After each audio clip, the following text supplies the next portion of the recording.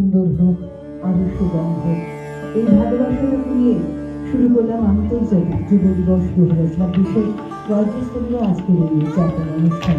সেই সঙ্গে আমরা পালন করব তৃতীয় ইন্টেন্সিফাইড IESA ক্যাম্পেইন আজকে উদ্বোধন করেছে।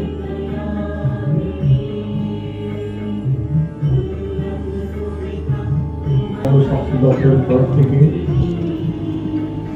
সকলকে সাদর স্বাগত আমন্ত্রণ জানাই। আমাদের কাজ হয়ে থাকে।